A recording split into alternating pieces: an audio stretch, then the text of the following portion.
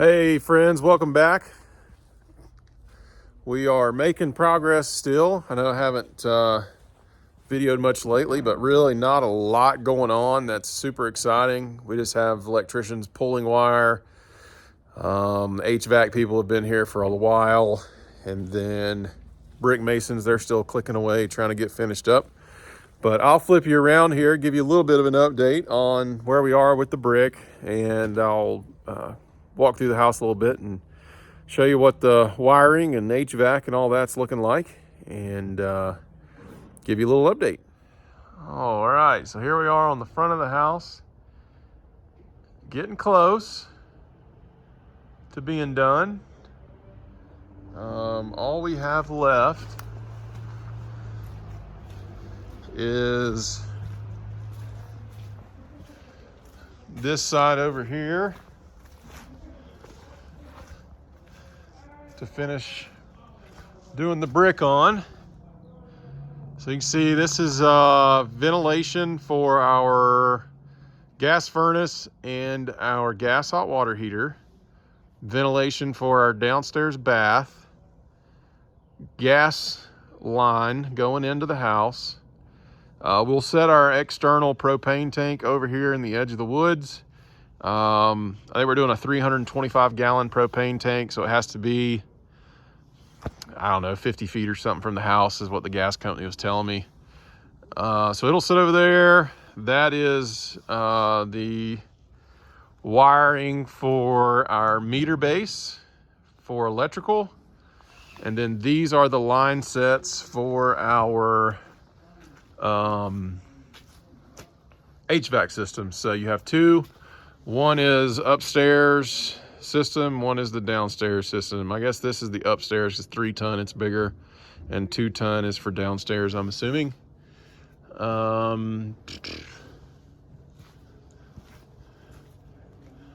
That is about it outside.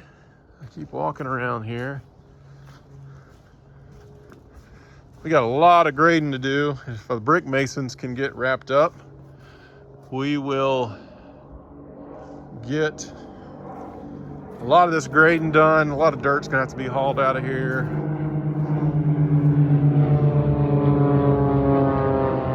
See around the back, a little muddy back here. The back's almost done. We got this little gable to finish. But all in all, we're getting close. Light at the end of the tunnel here for the brickwork. So now we're back in the basement. I got our hot water heater. That's going to be going up pretty soon.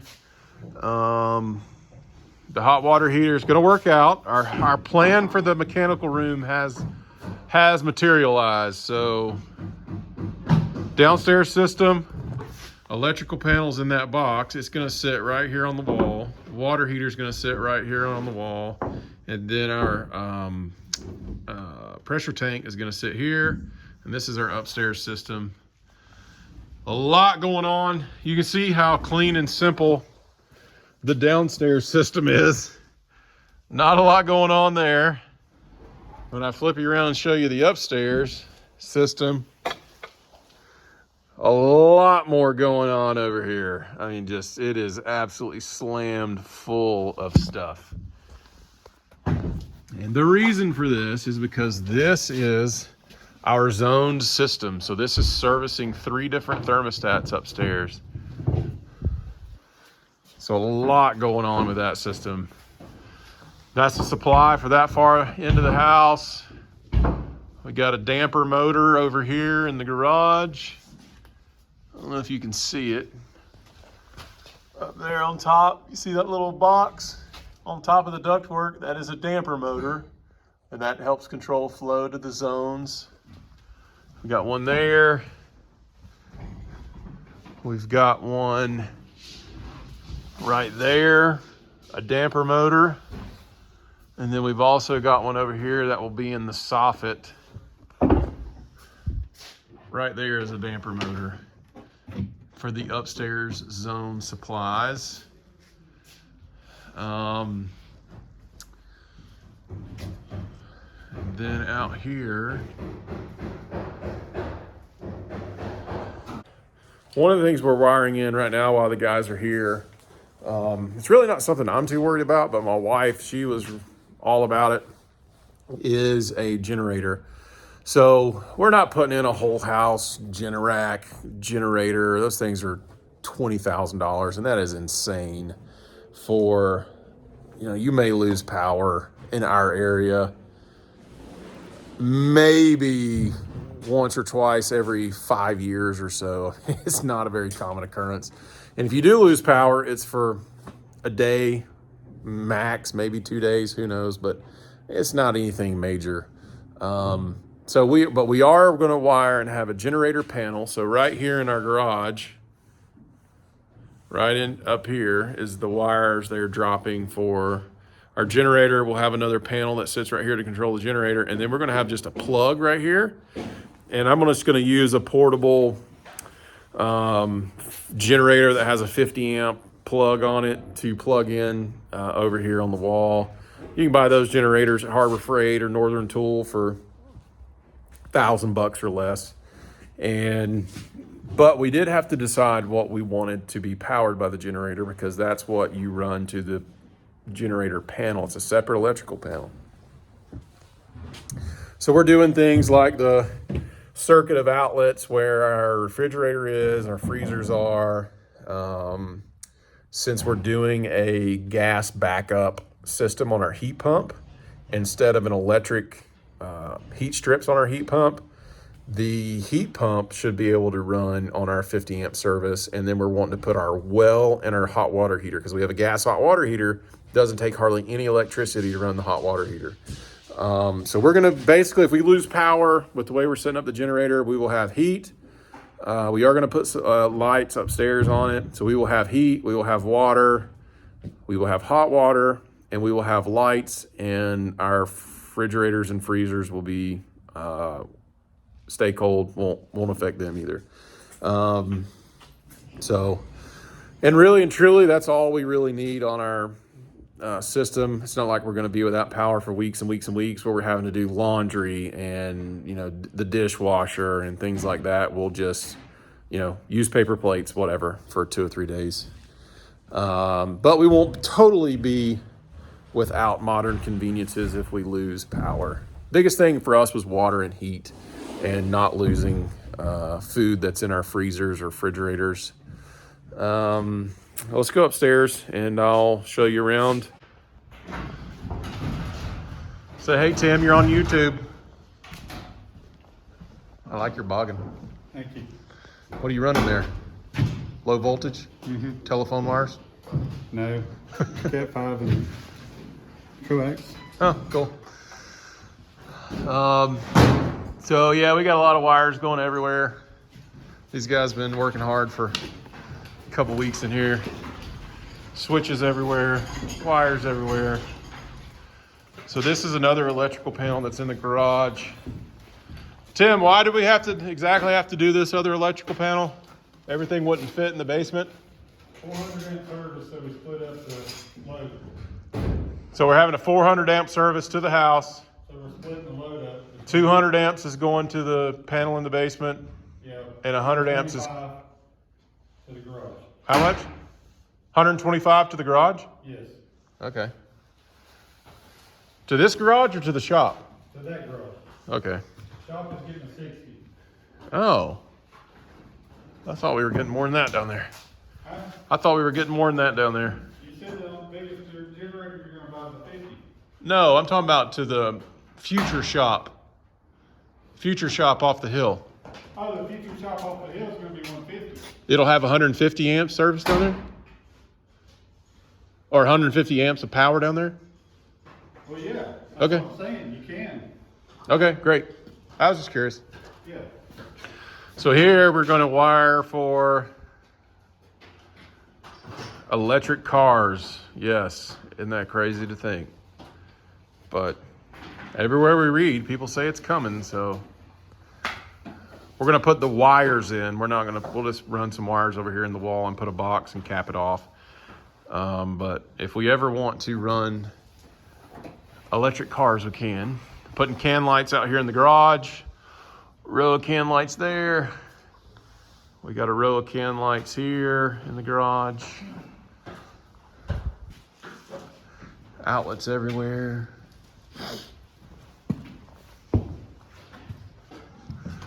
Got our fart fans in.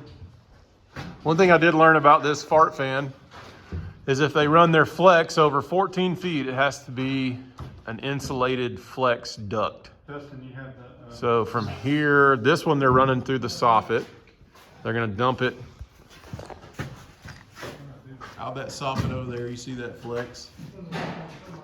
And I was fine. Normally I don't like dumping exhaust fans out into the soffits because it, as a roofer, I have seen it so many times where a soffit exhaust vent, all the moisture that it's pulling out of your bathroom from when you're taking a shower, it'll rot your roof deck. But this is a half bath, so there's not gonna be much moisture coming out of this exhaust fan there. And then in here, in the master, we have exhaust fan there. So that exhaust fan, the shower is right here.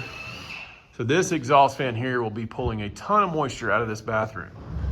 And I think we've set, so there are calculations based on how big your room is and how many CFM that exhaust has to pull out of here. And I think that one is gonna be, so these exhaust fans we're using, they have 3 different settings. I think 50, maybe 75, and then 90 CFM. So this was gonna be set on 90 CFM because it's got a bigger room to exhaust. And you can see that exhaust goes up. It goes up and it goes out the roof deck to the vent on the roof deck, blows it outside. And then this exhaust here in the bathroom, the toilet room, the throne room, whatever you want to call it,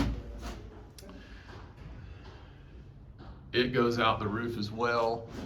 Probably not going to be a ton of moisture coming out of that one, but I was worried about it enough with the shower being in here that I didn't want to rot my roof decking. So this is something we've added.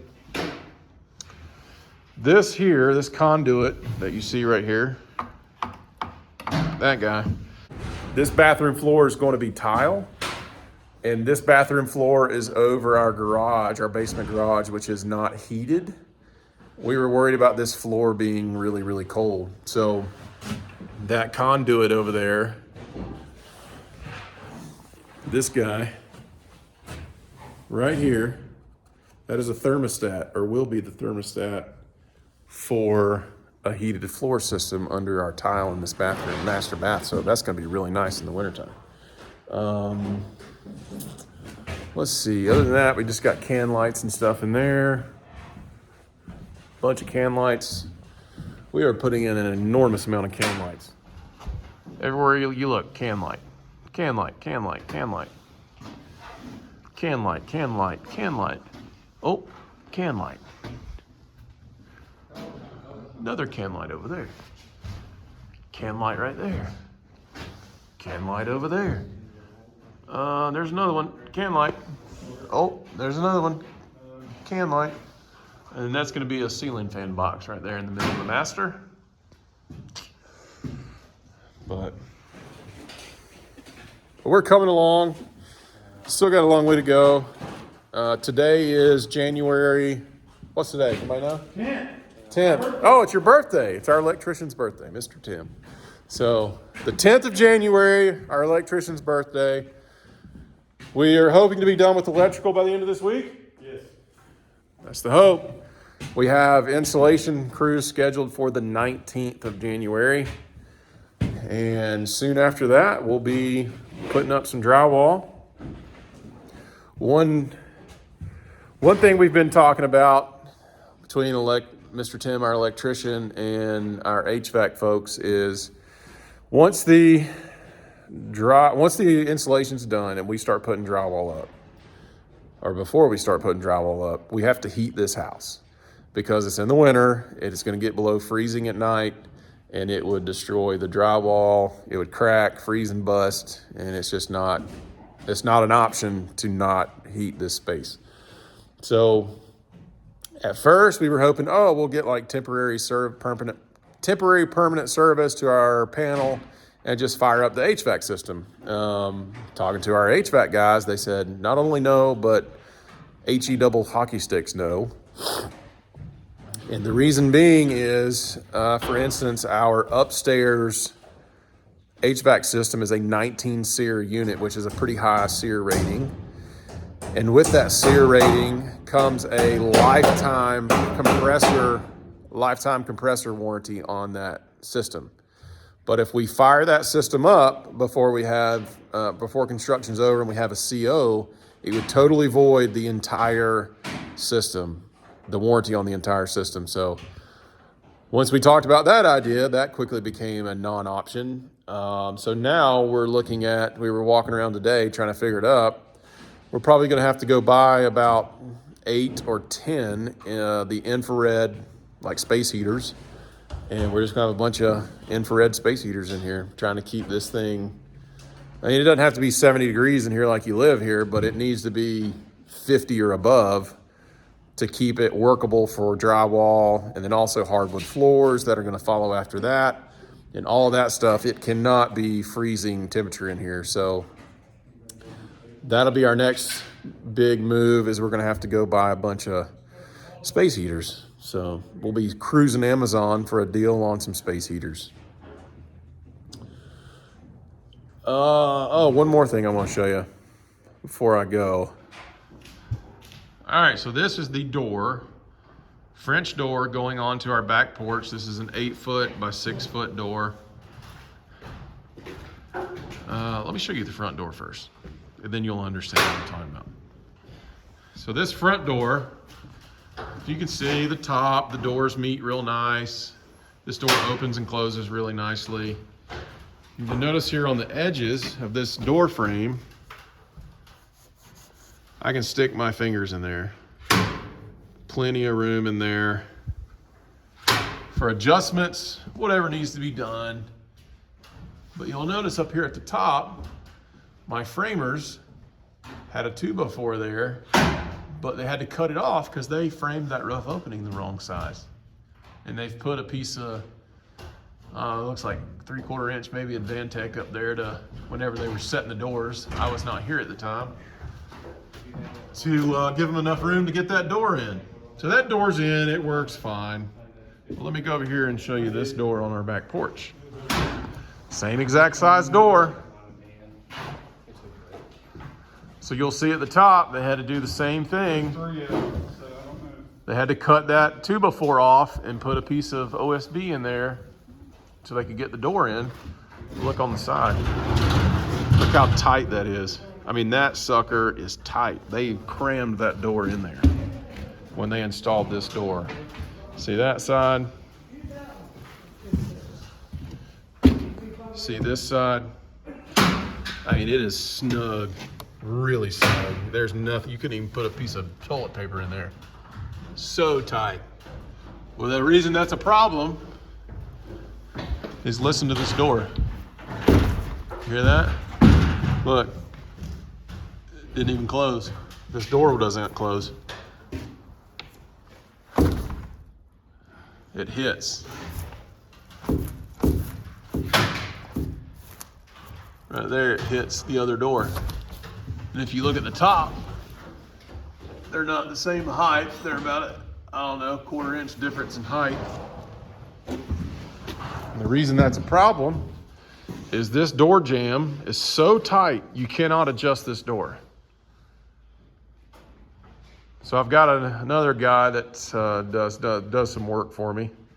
He's gonna have to come in and he's gonna have to cut out about 1/4 inch of this wood out of this door. Basically, we're gonna take this door out, cut 1/4 inch out of this here, cut about 1/4 inch out of this here, all the way down through here, so this door can be adjusted to close properly. So, another one of those thank yous to my framers for all the wonderful goodies that they have left me with. There's many more, I just haven't videoed them. But you've seen the one in the bathroom downstairs that we had to make some framing adjustments. That's the only one I've really filmed, but there are several others that I just haven't really recorded or too disgusted to share with what they did. So, but we are where we are, and it is what it is. They'll just never work for me again. And we're going to do the best we can of it, but we're going to make it look good, and we're excited. And Mr. Tim can get finished up. We're going to get some inspections into this week and get ready for some insulation. So I'll check back in when we're doing some insulation, show you all what's going on and how that works and all that good stuff. And we'll catch you on the next one.